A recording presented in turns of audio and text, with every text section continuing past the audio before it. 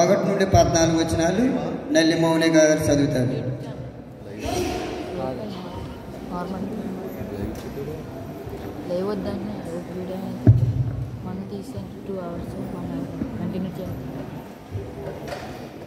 నేటి youth Christmas కొరకై ఆరాధన కొరకై ఏర్పాటు చేయబడిన స్వార్థ పాఠ్యభాగము వైద్యుడైన లూకా రాసిన స్వార్థ 2వ అధ్యాయము 1 నుంచి 14 వచనాలు ఈ విధంగా రాయబడి ఉన్నది. ఆ దినములలో సర్వలోకములకు ప్రజా సంఖ్య రాయవలని కైసరు అగుస్తు వలన ఆజ్ఞాయను. ఇది కురేనియా సిరియా దేశమునకు అధిపతి ఉన్నప్పుడు జరిగిన మొదటి ప్రజా సంఖ్య.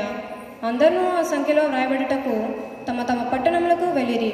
యోసేపు దావీదు వంశంలోనూ గోత్రంలోనూ పుట్టినవాడు గనుక తనకు భార్యగా ప్రదానము చేయబడి గర్భవతి ఉండిన మరియతో కూడా సంఖ్యలో వ్రాయబడుటకు గలిలయలోని నజరేతు నుండి యూదయలోని బెత్లెహేము అనబడిన దావీదు ఊరికి వెళ్ళాను.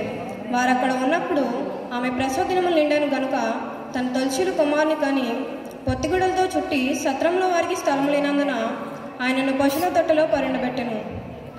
ఆ దేశంలో కొందరు గొర్రెల కాపరులు పొలములో ఉండి రాత్రివేళ తమ మందను కాచుకొనిచుండగా ప్రభువు దూత వారి యొద్దకు వచ్చి నిలిచెను. ప్రభువు మహిమ వారి చుట్టూ ప్రకాశించినందున వారు మిక్కిలి భయపడిరి.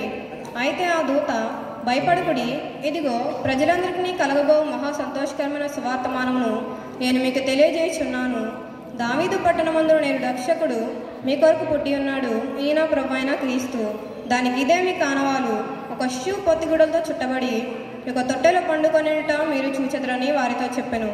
వెంటనే పరలోక సైన్య సమూహము ఆ దూతతో కూడా నుండి సర్వోన్నతమైన స్థలములో దేవునికి మహిమయు ఆయనకిష్టులైన మనుషులకు భూమి మీద సమాధానమును కలుగునుగాక అని దేవునికి స్తోత్రము చేయుచుండెను.